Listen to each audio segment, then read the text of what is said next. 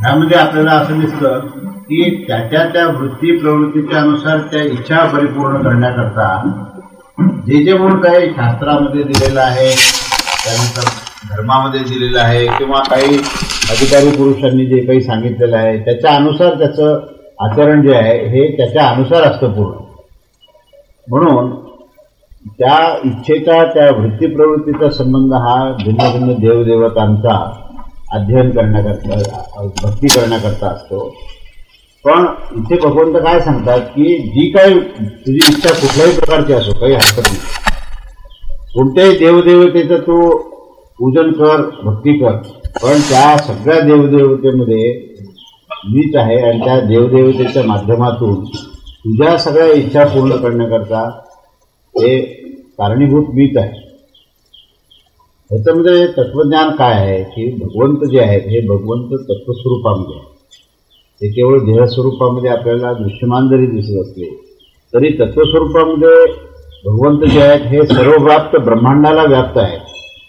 प्रत्येक अणुरेणू, प्रत्येक जीवमात्र याच्या अस्तित्वाचा आधार हे भगवत तत्व आहे.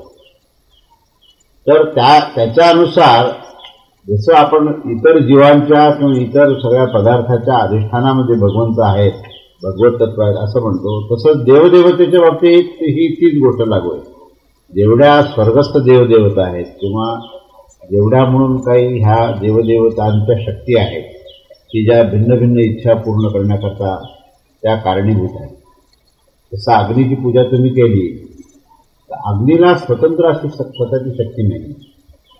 उपनिषद गोष्ट आहे ती, किंवा प्रत्येकाला असं वाटलं की बाबा कोण श्रेष्ठ आहे, वायू, अग्नी यांच्यामध्ये पुष्कळ अशी स्पर्धा लागली आणि प्रत्येकजण म्हणत होता की आमचं श्रेष्ठत्व आहे. जलदेवता म्हणे आमच्यामुळे सगळे प्राण चालू आहे, त्यामुळे आमचं श्रेष्ठत्व.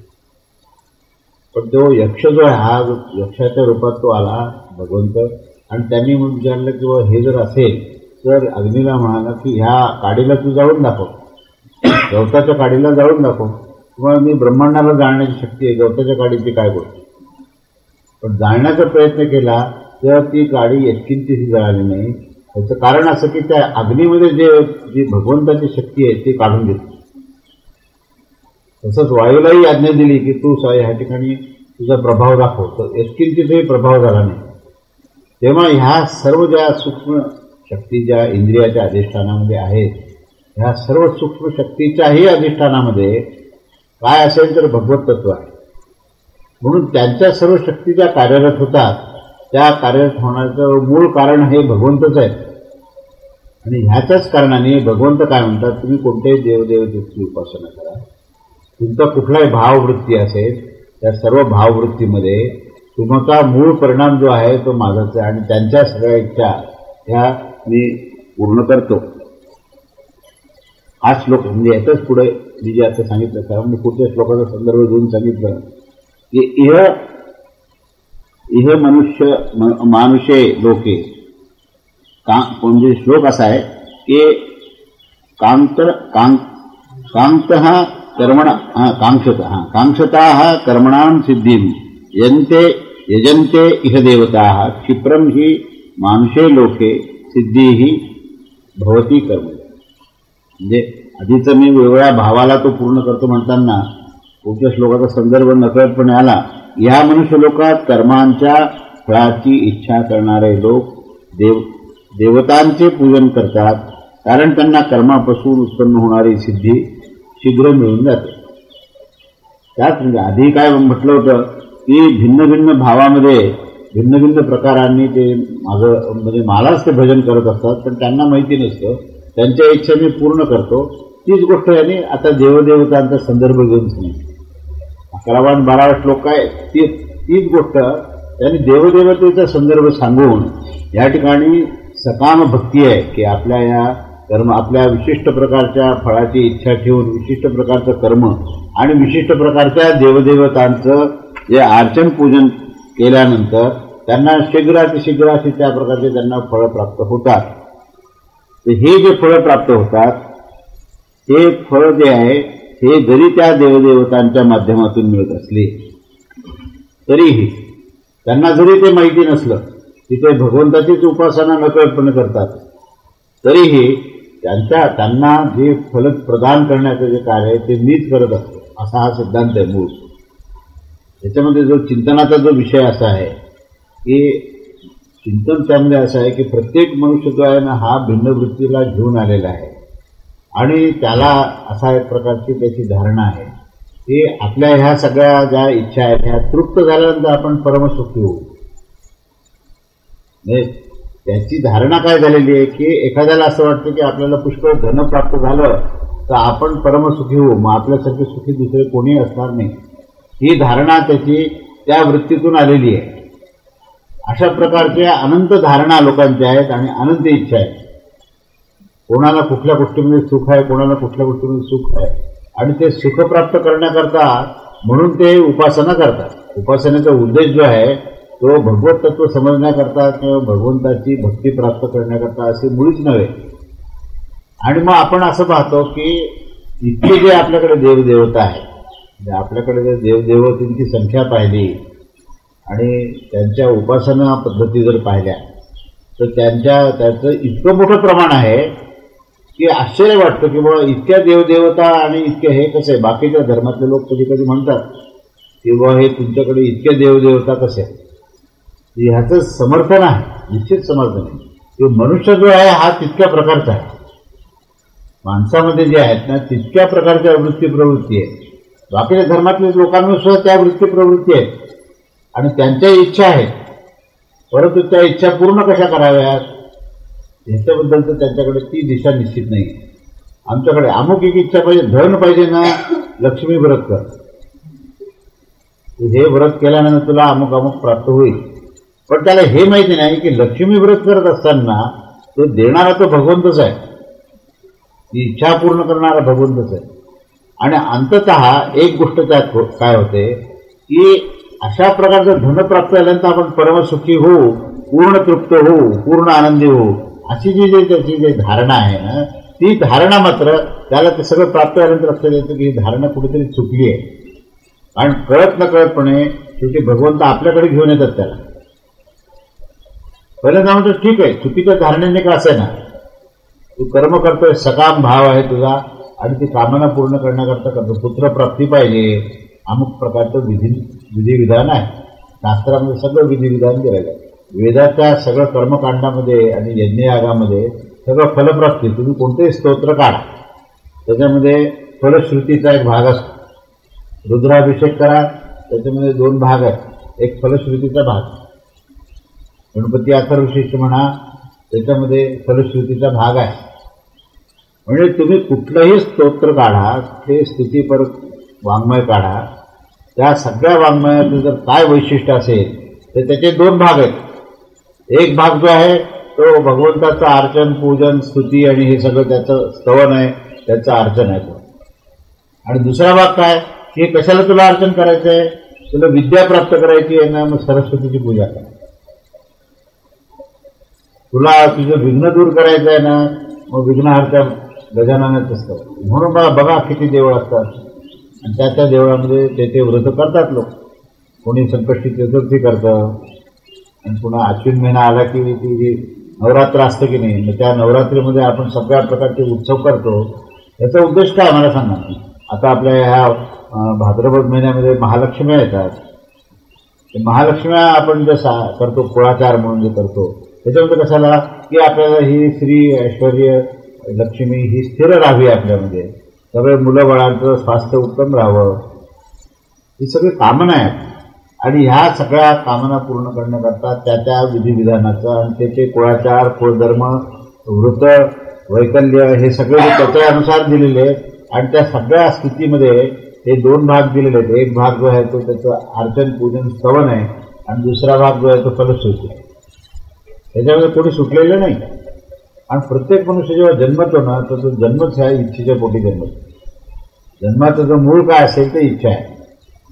आणि मग ती इच्छा कशी होते की ती अनेक पटीने वाढत राहते. जसं जसं जीवन माणसाचं पुढे पुढे जातं की नाही, जसं त्याचं आयुष्यामध्ये भिन्न भिन्न टप्पे त्याला येतात, तसं तसं काय होतं की त्याच्या एक इच्छा नसते, मग त्या एक इच्छेतून अनंत इच्छा निर्माण होतात आणि मग ती प्रत्येक प्रकारची इच्छा पूर्ण करण्याकरता भिन्न भिन्न देवता असतात आणि त्या देवतांच्या माध्यमातून तो इच्छा पूर्ण करण्याच्या प्रक्रियेमध्ये त्याचं सगळं जीवनच संपायला लागतं.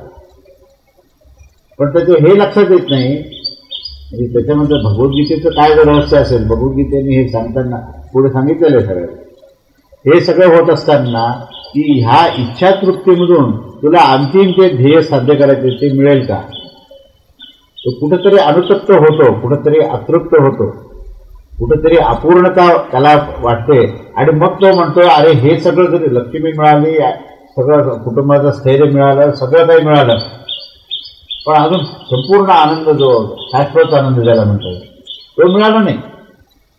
ते विशिष्ट वयामध्ये विशिष्ट गोष्टीच्या आवश्यकतेच्या अनुसार विशिष्ट प्रकारची जी तुम्ही आराधना केली तर ती गोष्ट उपलब्ध झाली. तर बालपणी शाळेमध्ये गेल्यानंतर आपल्या मुलाला चांगले मार्क मिळावे, तू सरस्वतीचे आणि गणेशाचं स्तवन कर, चांगले मार्क मिळाले, पण कुठपर्यंत त्यांचं शिक्षण झाल्यानंतर पुन्हा काय आयुष्यभर मार्क थोडेच कमवायचे. मग देव बदलला. बघा गंमत बघा, पूर्ण आयुष्य जर आपण जर आलेख काढला तर अगदी जे जन्मलेलं जो बालक आहे त्याची जी 5वा दिवस 6व्या दिवसामध्ये जीवती आणि त्या सगळ्याचं देवदेवतेचं आपण पूजन करतो. नंतर त्याचं ते बारसं वगैरे सगळं झालं की नाही तर कोण जीवतीला विचारतो. मग पुन्हा ती श्रावण महिन्यात जीवती आई करते आपल्या मुलाच्या संस्कारात. पण बघा ना, प्रत्येक जे कर्म आहे ना ते विशिष्ट फलप्राप्ती करत आहे. पूर्ण कर्मकांडाचं जर तुम्ही अध्ययन केलं तर प्रत्येक कर्मकांडामध्ये तुम्हाला तुमच्या जीवनामध्ये जे काय तुमचं आयुष्य आणि जे टप्पे आहेत त्याच्या अनुसार, त्या टप्प्याच्या अनुसार ज्या आवश्यकता आहेत त्या आवश्यकतेला तुम्ही पूर्ण करण्याकरता त्या देवदेवतांना तुम्ही पूजन करतात. भगवंताने सांगितले की ह्या सगळ्या देवदेवतांनी मीच आहे. आणि मला माहिती आहे की हा जीवाचा प्रवास हा कुठून सुरू झाला आहे आणि तो कुठे चालला आहे याचं पूर्ण सीमावलोकन माझ्याकडे पूर्ण व्यंगम दृश्य आहे सगळं की पहिल्यापासून शेवटपर्यंत हे त्याचं काय चाललंय हे मला माहिती आहे. म्हणून त्याला कुठे कोणत्या वेळेस काय द्यायचं हे मला माहिती आहे. म्हणून त्या देवतेच्या रूपात मीच असतो आणि म्हणून ते मी त्याला ते देत असतो आणि त्याची तशी इच्छा असते. पण असं तत्व एकच. असं सगळं बघा तुम्ही, इलेक्ट्रिसिटी आपण बसले, गरमी असते तेव्हा पंखा लावतो, इथे वाऱ्याची गरज आहे मग पंख्याचं आपण हे केलं. आता इलेक्ट्रिसिटी आहे, मूळच तत्व एक, गरजा भिन्न भिन्न आहेत. मग टी व्ही लावला, चॅनल्स बदलले, याप्रमाणे जे टी व्हीचं आपल्याला पाहिजे ते, पण आहे इलेक्ट्रिसिटीच. किती रुपयाने इलेक्ट्रिसिटीचा उपयोग करतो आपण, पण आपल्या गरजा भिन्न आहेत.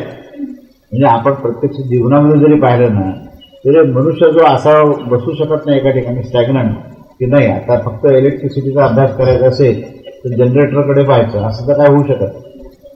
त्याच्यातून जी इलेक्ट्रिसिटी जनरेट होते आणि ती भिन्न भिन्न पद्धतीने उपलब्ध आहे, तर तुमच्या आवश्यकतेनुसार तुम्ही ती ऑपरेट करता आणि त्याचा तुम्ही उपभोग घेतात. त्याच्यापेक्षा काही भिन्न नाही. देवदेवता म्हणजे जसं एक लाईट आहे, एक टी व्ही आहे, एक कम्प्युटर आहे, एक मोबाईल आहे, एक पंखा आहे, हे जसं तुम्ही वापर करताना तशाच प्रकारे जीवनामध्ये तुमच्या सगळ्या गरजा आहेत. लहानपणी अगदी बालपणी जे आहे ते शाळेमध्ये चांगले मार्क मिळावे, तरुणपणी चांगली बायको मिळावी, पुन्हा चांगली नोकरी मिळावी, खूप पैसा मिळावा, स्वतःचं घर असावं. आता गरजाचं आपण पाहिलं सगळ्यांना पाठ आहे की ज्या काही 50-100 ज्या तुमच्या गरजा आहेत या सगळ्या गरजेकरता सगळ्यांचं वेगवेगळं अलॉटमेंट केलेलं आहे. हे पाहिजे ना ह्या देवतेची पूजा कर, हे पाहिजे ना त्या देवतेची पूजा कर. आणि वृद्धावस्थेपर्यंत अशा रीतीने भगवंतांनी सांगितलं की ह्या सकाम भक्तीमध्ये मी सगळ्यांना अशा प्रकारचं मी देत असतो, असं हे स्टेटमेंट केलेलं आहे त्यांनी.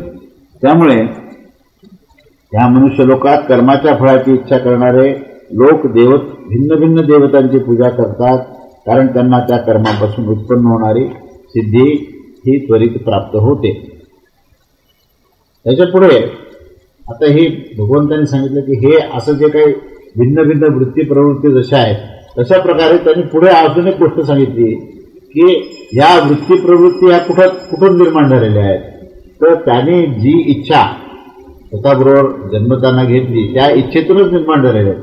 पण ह्या इच्छेचं आणि ह्या वृत्तीमध्ये सगळ्यात महत्त्वाची गोष्ट काय असेल तर तो कोणते गुण घेऊन आलेला आहे, कोणत्या गुणाला त्यांनी बरोबर घेऊन सूक्ष्मदेहामध्ये त्रिगुणात्मक प्रकृती आहे आणि पंचमहाभूतात्मक देह आहे. म्हणजे आपण जर प्रकृतीचं जर वर्णन करायचं झालं तर हे सत्वगुण, रजोगुण, तमोगुण हे 3 गुण जे आहे हे सूक्ष्म पातळीवर प्रकृती आहे.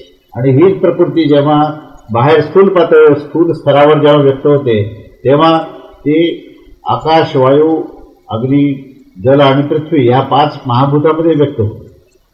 पण हे 5 महाभूत म्हणजे स्थूल देह आहे. तो आईवडिलांकडून प्राप्त झालेला त्याला अन्नमय कोश असं म्हटलं.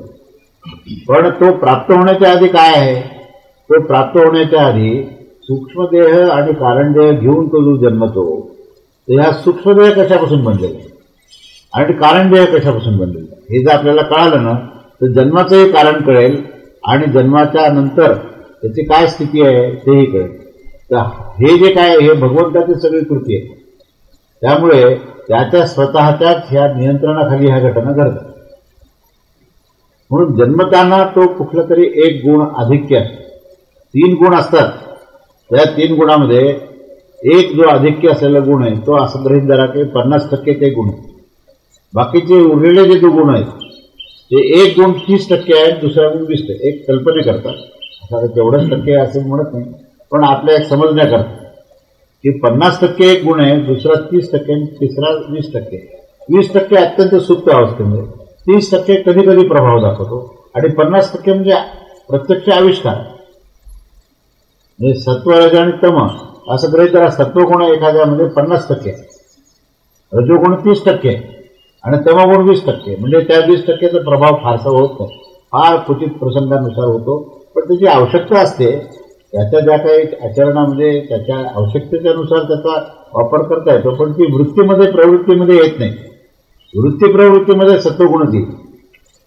अशी ही त्रिगुणात्मक प्रकृती ही अंतःकरणामध्ये धारण करून तो स्थूलदेह कुठे प्राप्त होतो याचं त्याचं गुंडाळणं चालू असतं आणि त्याच्या अनुसार त्याचा जन्म होतो. म्हणून जन्म हा केवळ इच्छेच्यानुसार नसेल, तर इच्छेच्या बरोबरीने जे गुण प्राप्त केलेले त्या गुणाच्या अनुसार सुद्धा जन्म होतो. या संदर्भामध्ये यांनी काय श्लोक म्हटलाय तो, चातुर्वर्ण्यम मया सृष्टम गुणकर्म विभागशः तस्य कर्तारम अपि माम विद्धी अकर्तारम अव्ययम. चातुर्वर्ण, ब्राह्मण, क्षत्रिय, वैश्य व शूद्र या 4 वर्णाचा समूह गुणकर्म विभागशः, गुण आणि कर्म याच्या विभागानुसार मया माझ्याकडून सृष्टम रचित केलेला आहे.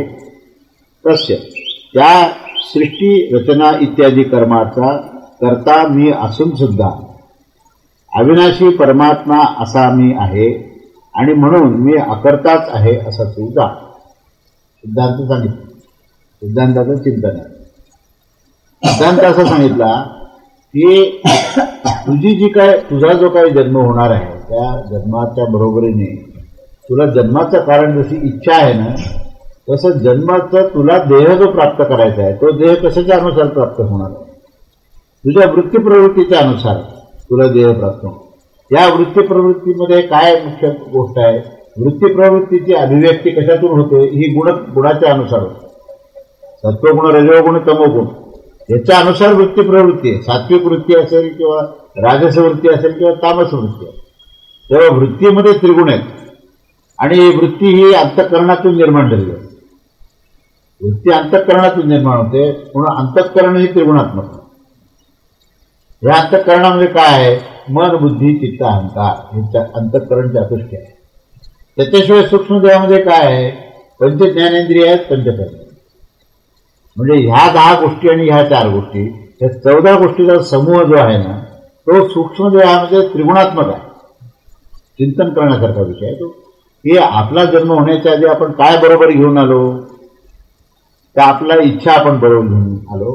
त्या इच्छा या 5 तन्मात्रात्मक आहे. शब्द, स्पर्श, रूप, रसगंध हे 5 तन्मात्रा म्हणजे इच्छा आहेत. त्या कारणस्वरूपात आहेत. त्या कारणाने जन्म झाला म्हणून कारणस्वरूपात त्या कारणदेहामध्ये आहे. आणि त्याच्यावर जे सूक्ष्म पातळीमध्ये हे जे दशेंद्रिय आणि अंतःकरण चातुष्ट हे 14 तत्व आहेत ना, हे त्रिगुणात्मक आहे. मग ह्या त्रिगुणामध्ये काय प्रकार आहे? ह्या त्रिगुणामध्ये कुठल्या तरी एका गुणाचं आधिक्य आहे. मन बुद्धी ही सत्वगुण प्रधान असेल, रजोगुण प्रधान असेल किंवा तमोगुण प्रधान असेल. आणि ज्या गुणाचं आधिक्य आहे ना त्याची प्रवृत्ती होते. वृत्ती ही मध्ये असते आणि प्रवृत्ती ही अभिव्यक्त होते. वृत्ती आणि प्रवृत्ती दोन शब्द बघा. वृत्ती जी आहे ही चित्तावर असते आणि प्रवृत्ती ही मनावर असते. प्रवृत्ती तुम्हाला अभिव्यक्त होताना दिसते. एखादा माणसाचा क्रोध आहे, एखाद्या माणसाचा कामना आहे, ही प्रवृत्ती आहे. एखाद्या माणसाची जे आचरण करण्याची जी काही धाटण आहे ही प्रवृत्तीमध्ये दिसते. पण वृत्ती जी आहे ना ही त्याच्या चित्तावर सारखी प्रहार करून चित्तवृत्ती हा शब्द आहे. योगशास्त्रामध्ये सुद्धा चित्तप्रवृत्ती नाही आहे, चित्तवृत्ती आहे आणि मनप्रवृत्ती आहे. तेव्हा ही जी वृत्ती जी आहे ना ही वृत्ती कुठून आली? तर ही तुमच्या इच्छेमधून आली. जी इच्छा तुमच्या कारणदेहामध्ये सारखी फिरत असते आणि त्याचा प्रभाव असतो ना, त्या प्रभाव असणाऱ्या इच्छेचा प्रहार जो आहे तो चित्तावर होतो आणि तो प्रहार झाला की ती वृत्तिकार होते. आणि त्या वृत्ती ज्या आहेत त्या चित्तातून मनामध्ये जेव्हा येतात तेव्हा ती प्रवृत्तीमध्ये दिसते. त्या प्रवृत्तीमध्येच गुणाचं दर्शन आहे. म्हणून मनुष्य जो आहे ना हा वृत्ती प्रवृत्तीने दिसतो. आचरण त्याचं जे आहे ह्या त्या प्रवृत्तीत दिसतो. आणि मग या प्रवृत्तीचा प्रभाव काय आहे तर कर्मामध्ये. गुण आणि कर्म हे दोन भाग आहेत. कर्म ही बाहेरचा आविष्कार आहे आणि गुण ही अंतःकरणातली गोष्ट आहे. गुण आणि कर्म हा विभाग करायचा. गुणकर्म विभागाच्या अनुसार 4 वर्ण केले. याचा अर्थ आपल्याला सखोलतेने कळायला पाहिजे. कारण ही जे 4 वर्ण ही प्रकृती आहे बरं का. वर्ण काय आहे? वर्ण म्हणजे प्रकृती. कशी प्रकृती आहे? ती गुणप्रभावाने गुण अधिक्याने दिसणारी प्रकृती आहे. ब्राह्मण ही प्रकृती आहे. ब्राह्मण हा देह आहे बरं का. ब्राह्मण हा काय आत्मजीवात्मा नव्हे. कुठल्याही जीवात्म्याला ब्राह्मण म्हणता येणार नाही. ब्राह्मण असो किंवा क्षत्रिय असो जीवात्म्याच्या पातळीवर कुठलाच वर्ण नाही. वर्ण कोणत्या पातळीवर आहे तर तो अंतःकरण आणि स्थूल देह. कसा आला अंतःकरण आणि स्थूल देहावर? अंतःकरणामध्ये गुण आहेत आणि स्थूल देहामध्ये कर्म आहे. गुण आणि कर्म हे 2 भाग जर पाहिले तर कसे कसे आले त्याचे भाग आपल्याला कळले पाहिजे. म्हणून हा देह ब्राह्मण देह आहे, हा देह क्षत्रिय देह आहे. तर कसं काढलं आपण? कारण ह्या देहाच्या मध्ये जे अंतःकरण आहे हे अंतःकरण एका विशिष्ट गुणविशेषाने आहे. सत्वगुण प्रधान जर असेल आणि त्याच्या आचरणामध्ये जर सात्विक कर्म जर तो करत असेल तर तो ब्राह्मण आहे. म्हणून ब्राह्मण या शब्दाचा खरा अर्थ जर काय असेल तर ब्राह्मण ही प्रकृती आहे. ब्राह्मण ही प्रवृत्तीचं दर्शन आहे. ब्राह्मण हा आत्मा नव्हे. आत्मस्थितीमध्ये ब्राह्मणही नाही आणि क्षत्रिय नाही आणि शूद्रही नाही. त्या ठिकाणी समस्थिती आहे. जिथे कृती आली जिथे आकृती आली तर ज्या ठिकाणी प्रवृत्ती आली आणि ज्या ठिकाणी आचरण आलं त्या ठिकाणी प्रकृतीचं दर्शन आहे. आणि ती प्रकृती म्हणजेच हे 4 वर्ण. 4 वर्णाला यांनी काय दिलेलं आहे की हे गुण आणि कर्माच्या विभागाच्या अनुसार 4 वर्ण झाले असा सिद्धांत होणार. आणि माझ्या अध्यक्षतेखाली ते झालं असं श्रीकृष्ण भगवान म्हणतात. याचा काय अर्थ आहे? श्रीकृष्ण भगवानाच्या अध्यक्षतेखाली प्रकृतीची निर्मिती झाली. खरं सांगायचं वर्णाची निर्मिती झाली म्हणजे काय झालं? प्रकृती निर्माण झाली. ही प्रकृती कशी आहे? ही प्रकृती त्रिगुणात्मक आणि ही प्रकृती आणखीन काय गुण आहे? ही त्रिगुणात्मक असून ती कृतिशील आहे. याच्यामधून हे गुण कसे दिसतात? गुण हे अव्यक्त स्थितीमध्ये तुम्हाला कळणार नाही. तर व्यक्त स्थितीमध्ये जेव्हा गुण येतात तेव्हा ते क्रियात्मक असतात. ते कर्माच्या माध्यमातून आविष्कृत होतात. म्हणून सत्वगुण तुम्हाला ओळखता कसं आहे? सत्वक्रिया असेल. सात्विक प्रवृत्तीचं दर्शन आचरणातून दिसतं. म्हणून ब्राह्मणाचे लक्षण सांगताना काय सांगितलंय की तो सात्विक असला पाहिजे, तो ज्ञानी असला पाहिजे, त्यांनी जे काही त्याचं अध्ययन आणि अध्यापन करण्याचं काम केलं पाहिजे, त्यांनी सगळ्या समाजाला घेऊन जायला पाहिजे, त्याच्यामध्ये स्नेह आणि प्रेम पाहिजे. म्हणजे त्याचे कितीतरी लक्षणं भागवतात दिले. पुढे भगवद्गीतेमध्ये 18व्या अध्यायात आहेत आणि त्यामुळे ब्राह्मणाचे लक्षणं दिलेले आहेत.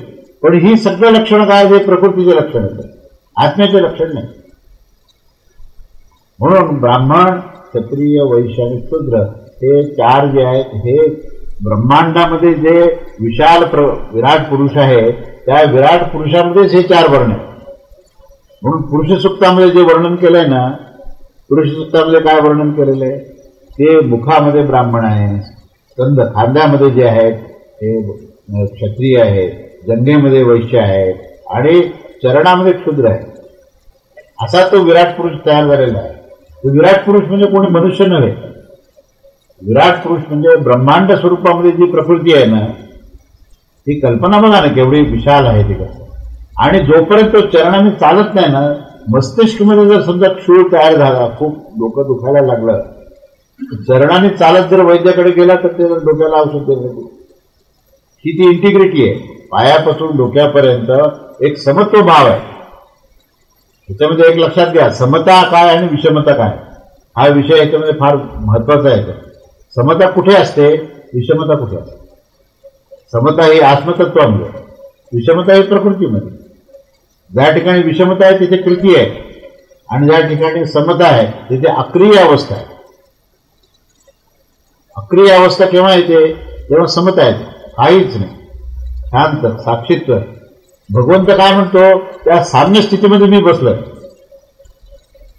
माझ्या अध्यक्षतेखाली. याचा अर्थ काय आहे, माझ्या अध्यक्षतेखाली या शब्दाचा अर्थ असा आहे की मी त्या आत्मतत्वामध्ये बसलोय. परमात्मा आहे तो, परमात्मा असल्यामुळे तो स्वरूपामध्येच बसलेला आहे. आणि तो प्रकृती सुयेते सचराचर, मयाध्यक्षेन प्रकृती सुयेते सचराचर, असं त्यांनी सिद्धांत मांडलाय. सिद्धांत मांडलाय की नाही. म्हणजे मी अध्यक्ष म्हणजे कुठे बसलोय, मी अध्यक्ष म्हणजे मी स्वरूपात आत्मस्थितीमध्ये बसलोय, म्हणून मी अक्रिय आहे. त्यांनी कारण शेवटच्या चरणामध्ये दिलेलं आहे, काय दिलेलं आहे की अकर्ता, मी अकर्ता आहे. कसा काय झाला बुवा अकर्ता तो. आणि पुष्कळ प्रश्न पडतो की तो म्हणतो मी चातुर्वर्ण स्थापनही केला आहे आणि मी मात्र त्याच्यापासून भिन्न आहे. हे कसं काय समजेल, त्याचं स्थान कळालं कळेल. कारण त्याचं स्थान कुठे आहे माहितीये का, त्याचं साम्य स्थितीमध्ये स्थान आहे. तो आपल्या स्वरूपामध्ये आणि आपल्या स्थानावर साक्षीत्व होऊन बसलेला आहे. तो प्रत्यक्ष क्रिया करत नाही, पण त्याच्या त्या साक्षीत्वाने प्रकृती क्रिया करत असते. हे जर तुम्ही त्याचं मेकॅनिझम जर पाहिलं ना, तर तुम्हाला पूर्ण विराट पुरुषाचं आणि समाज पुरुषाचं दर्शन होईल. आणि त्याच्या अध्यक्षतेखाली ही प्रकृती, त्रिगुणात्मक प्रकृती ही क्रियाशील होते.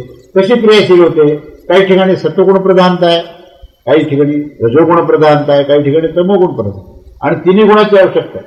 कुठलाही मनुष्य त्रिगुणापासून वाचूच शकत नाही. तुम्हाला निद्रा घ्यायची आहे ना, तुमच्याकडे तमोगुण जर नसेल तुम्ही निद्राच घेऊ शकत. तुम्हाला कार्य करायचं आहे ना, तुमच्याकडे रजोगुण नसेल तुम्ही क्रियाच करू शकणार. म्हणजे निद्रेमध्ये तमोगुण आला, क्रियेमध्ये रजोगुण आला. आणि तुम्हाला सुयोग्य धारणा ठेवायची आहे ना, भगवंत तत्व काय आहे, भगवत तत्व काय आहे, ही जर सुयोग्य ज्ञानाची धारणा जर ठेवायची असेल ना, तर सत्वगुणाशिवाय ते शक्य नाही. मग मला सांगा, असा कोणता मनुष्य आहे की जो धारणेशिवाय जगू शकतो, जो क्रियेशिवाय जगू शकतो आणि जो निद्रेशिवाय जगू शकतो. त्यामुळे मनुष्य हा विराट पुरुषाचंच दर्शन आहे. कुठलाही मनुष्य असो, तुम्हाला असं म्हणता येणार नाही की हा सत्वगुण शून्य आहे त्यामुळे, असं कधीच होणार नाही. चुकीचे का धारणा असे ना, पण धारणा आहे त्याच्यामध्ये. पण तो सत्वगुण सुख अतिशय सुप्त अवस्थेत आहे. जीवात्म्याचा आक्रोश त्याचाही परमात्मा प्राप्त करण्याकरताच.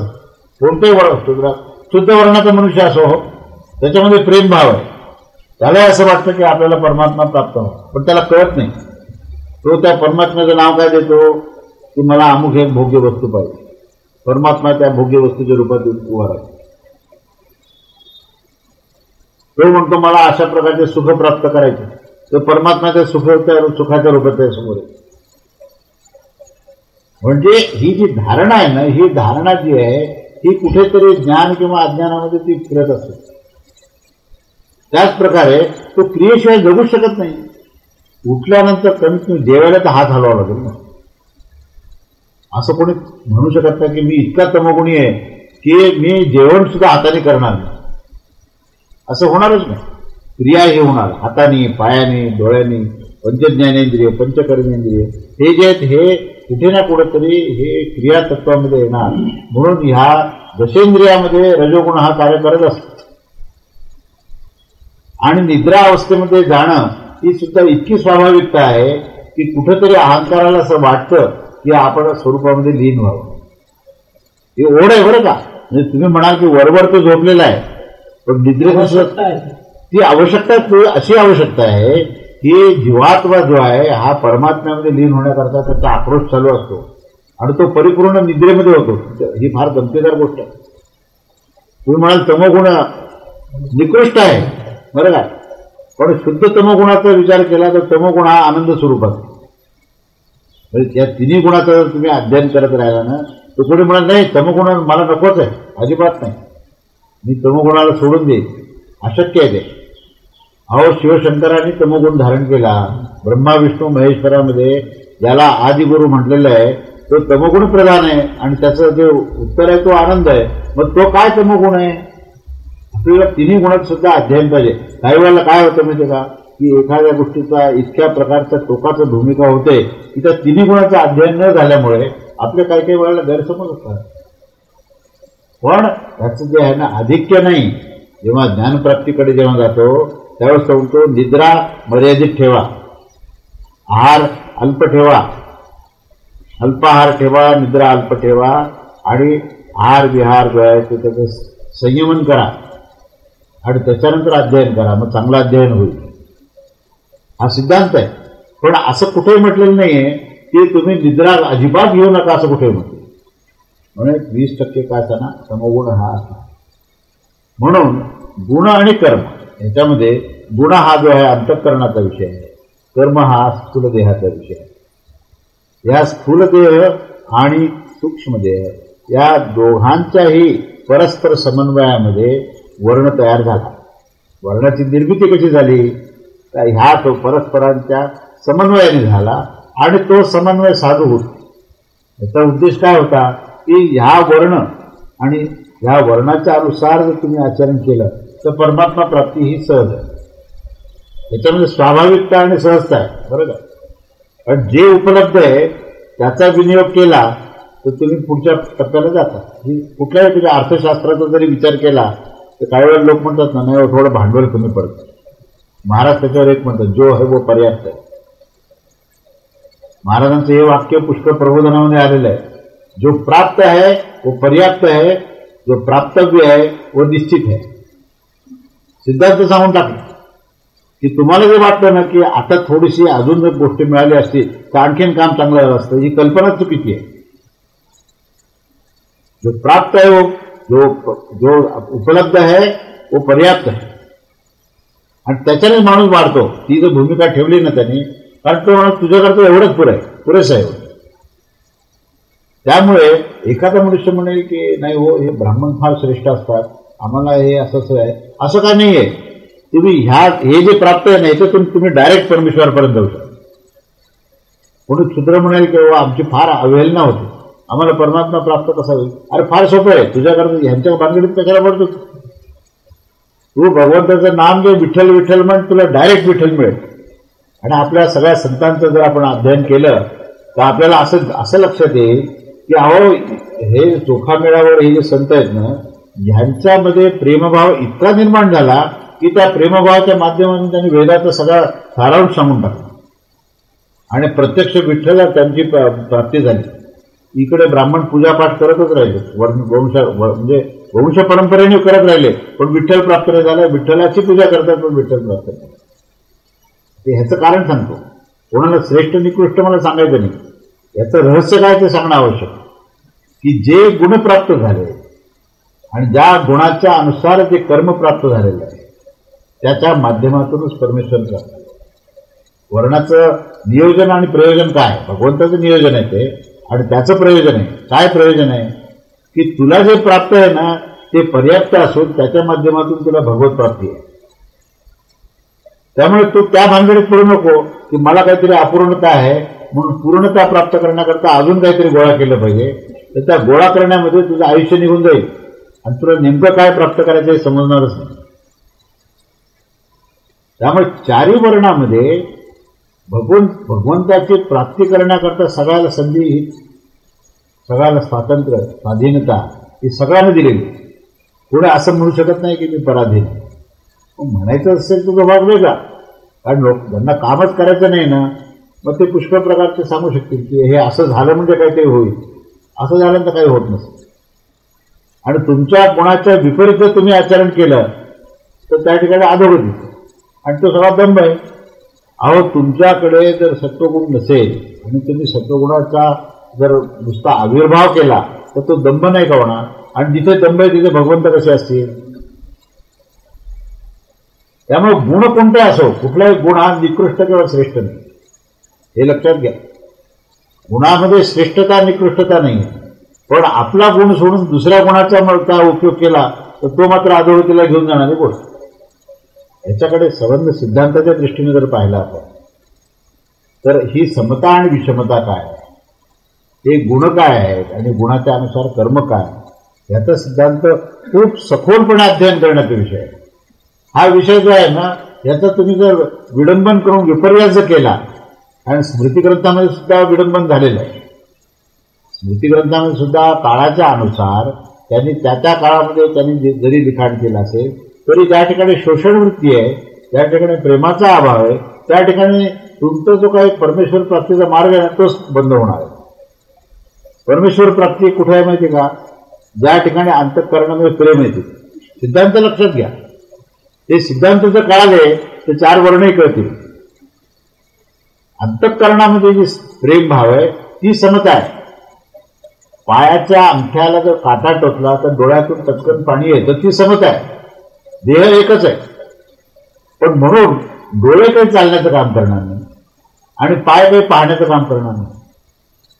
ज्याला जो गुण दिलाय त्याच्या अनुसार त्याचं कर्म आहे. पायाला गुण असा दिलेला आहे की त्यांनी चालत राहावं, तिथं रजोगुण प्रधानता आहे. मेंदूला असं दिलेला आहे गुण की त्यांनी चिंतन करावं, विचार करावा, त्याचा निर्णय घ्यावा काय तो योग्य. त्या ठिकाणी सत्वगुण दिलेला आहे. म्हणजे एकाच देहामध्ये चार वर्ण आहेत. मी तुम्हाला सांगतो, एकाच देहामध्ये चार वर्ण आहेत. मेंदूने विचार करायचा आहे, डोक्याने चालायचं नाही, पायाने चालायचं, हाताने क्रिया करायची. तेव्हा प्रत्येक अवयवाला काम दिलेलं आहे. त्यामुळे त्याच्यामध्ये विषमता आहे, सारखेपणा नाही. डोळ्याचं काम वेगळं, कानाचं काम वेगळं, जिभेचं काम वेगळं, नाकाचं काम वेगळं, हाताचं वेगळं, पायाचं वेगळं. प्रत्येक अवयवाला भिन्न भिन्न कार्य दिलेलं आहे. तर तिथे भांडण नाही होत. तरी कोणी दोन अवयव असं म्हणत नाही की तुम्ही किती दिवस हाताने काम करता हो, आता तुम्ही हातावर चाला आणि पायाला सगळं काम करू द्या, असं कोणी म्हणतं का? तुम्ही असं कुठं जमेल? माझं आयुष्य पूर्ण होईपर्यंत मी माझ्या पायावरच चालणार. मग इथे का बरं तिथे समता विषमतेचा विषय नाही काढत तुम्ही? मग तिथे वृत्ती प्रवृत्ती कर्म आणि गुण, तर गुणकर्माच्या अनुसार जो विभाग आणि कार्य दिलेले आहे त्यानुसार तुम्ही जर देहाने करत असाल तर विराट पुरुष जो समाज पुरुष आहे त्याच्यामध्ये तीच गोष्ट आहे की सहजता निर्माण होईल.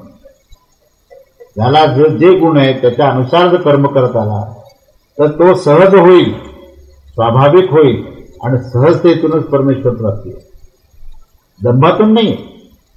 कोणी जर म्हणेल ना की बाबा मला मी अमुक अमुक आहे असं त्याने पोशाख जरी घातला, अहो काळा कोट घातला म्हणजे काही वकील होत नाही माणूस. त्याच्याकरता त्या वृत्तीमध्ये जाण्याकरता तुम्हाला तेवढं अध्ययन करून तेवढ्या प्रॅक्टिसेस गेल्यानंतर तुम्हाला त्याचं आकलन होईल आणि तेव्हा तुम्ही कराल. मग काळा कोट नाही जरी घातला, काही दिवस असे असतात की पांढऱ्या शर्टवर तिथे प्लीडिंग करतात त्यावेळेला, पण तरी ते वकील असतात. आणि एखाद्याने समजा तो समजा पक्षकार असेल आणि त्याने काळा कोट घातला तर जज त्याला काय तुम्ही आता प्लीडिंग करा असं म्हणत नाही. म्हणजे तुम्ही तशा प्रकारचे कपडे घातले म्हणून काय ती योग्यता आहे? ती क्षमता, ती योग्यता ते गुणकर्माच्या अनुसार आहे. हे जर समाजाने समजून घेतलं तर विषमता काय आहे, समता, विषमतेची आवश्यकता आहे आणि समतेची आवश्यकता आहे. पण समता नेमकी कुठे आहे आणि विषमता नेमकी कुठे हे जर कळालं तर समाज पुरुष हा अत्यंत म्हणजे सदृढ असा होईल. तर समता हे ईश्वर तत्व आहे, समता हे परमेश्वर तत्व आहे, समता हे सच्चिदानंद तत्व आहे, समता हे अंतःकरणाचा भाव आहे, समता ही प्रेमामध्ये आहे, समता ही भक्तीमध्ये आहे, समता ही भावामध्ये आहे, समता ही सत्तामध्ये आहे, समता ही चैतन्यामध्ये आहे. समता ही आनंदामध्ये, समता ही आचरणामधल्या भावामध्ये, विषमता ही गुणामध्ये, विषमता ही क्रियेमध्ये आहे, विषमता ही क्षमतेमध्ये आहे. आणि ही प्रकृतीमध्ये असलेली विषमता आहे. त्या विषमतेला आधारच समतेचा आहे. समतेचा आधार आहे म्हणून ती विषमता कार्य करते. आणि तोच अर्थ त्याचा आहे की माझ्या अध्यक्षतेखाली ही जे काय गुणकर्माच्या विभागाच्या अनुसार चातुर्वर्ण्याची मी व्यवस्था केलेली आहे. पण ह्या चातुर्वर्ण्यामध्ये जे काही कार्य चालू आहे आणि ही जी काही समाज व्यवस्था मी केलेली आहे त्याच्यामध्ये माझी आसक्ती मुळीच नाही. हा त्याचा शब्दशः अर्थ या अर्थाने आहे की माझं स्थान जे आहे ते आत्मस्वरूपामध्ये, ती अप्रिय स्थिती, अकर्म स्थिती आहे. तेव्हा या अकर्म स्थितीमध्ये ही जी समाज व्यवस्था ती सिद्ध केलेली आहे त्या समाज व्यवस्थेकडे तू नीट लक्षपूर्वक बघ. कशाकरता बघायचं, काय प्रयोजन आहे ते ह्या प्रयोजनाकरता की हे सिद्ध करता असताना तुम्हाला येऊन मिळशील हे पुढे सांगितलेलं आहे. पुढचा तो ओघ बरोबर आहे. एकानंतर एक श्लोकाचा सिक्वेन्स सुद्धा असा आहे ना की एकानंतर सिद्धांत पुढे नाही वाचलं तरी तुमच्या अंतःकरणातून ते भाव निर्माण व्हायला लागतात आणि पाहिला तर तो श्लोक असतो. अशी गंमत आहे त्या की जसा भाव आहे त्याप्रमाणे मी तुम्हाला सिद्धी देतो. जशी इच्छा आहे त्याप्रमाणे देवतेची उपासना करत करत त्या देवतेमध्ये मीच तुम्हाला त्याचे फळ देतो. आणि जसा गुण आहे त्यानुसारच कर्म करायचं आहे. गुणकर्माच्या विभागाच्या अनुसार वर्ण निर्माण केले आणि त्या वर्णाच्या अनुसार जर तू आचरण करशील तर मला येऊन प्राप्त होतील. आणि हे सगळं करताना माझं काही कर्तृत्व नाही, ती प्रकृतीच कार्य करते. हे सांगताना भगवंत काय म्हणतात, आपल्याकडे कर्तृत्व घेत नाही. कर्तृत्व कोण घेतो? जो प्रकृतीमध्ये असतो तो प्रकृतीत आसक्त आहे ना त्याला कर्तृत्व आहे. जो प्रकृती संबंध ज्यांनी तोडले सगळे ज्ञानाच्या माध्यमातून भगवंताच्या कृपेच्या कारणाने त्याला काही कर्तृत्व नाही. ते कार्य चालत असतं आणि तो साक्षीत्वाने पाहतात.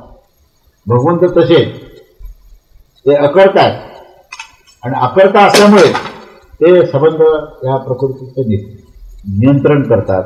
आणि प्रकृतीचं नियंत्रण करून हे चारी वर्णाचं हे जे काही समाज व्यवस्थेचं जे काही त्यांनी दिलेलं आहे, जे तत्त्वज्ञान दिलं आहे त्या तत्त्वज्ञानाचं अध्ययन निश्चितपणे करायला पाहिजे. त्यात समता तत्व काय, विषमता तत्व काय हे आपल्याला समजलं. त्यानंतर त्याच्या आधारावर पुढे भगवंतांनी जे काही सांगितलेलं आहे 14वा श्लोक त्याची थोडी सुरुवात करू आपण. नमाम कर्माणि लिंपन्ति न मे कर्मफले स्पृहा इति मां योभिजानाति कर्मभिर्न सबद्धते. कर्माच्या फळामध्ये माझी स्पृहा नसते म्हणून मला कर्मे कधीही लिप्त करत नाही. आणि अशा प्रकारे जो मला तत्वतः जाणून घेतो तो सुद्धा कर्माने बांधला जाऊ शकत नाही. भगवंताचं कुठं स्थान आहे, भगवंत नेमके कोणत्या स्थानामधून हे साक्षीत्वाने कार्य करतात हे तत्वज्ञान ज्याला समजतं ना तोही त्या स्थानावर येऊन जातो. तो कसा जातो त्याचं विस्ताराने आपण चिंतन पुढच्या रविवारी. अवधूत चिंतन श्री गुरुदेव दत्त श्री स्वामी समर्थ महाराज.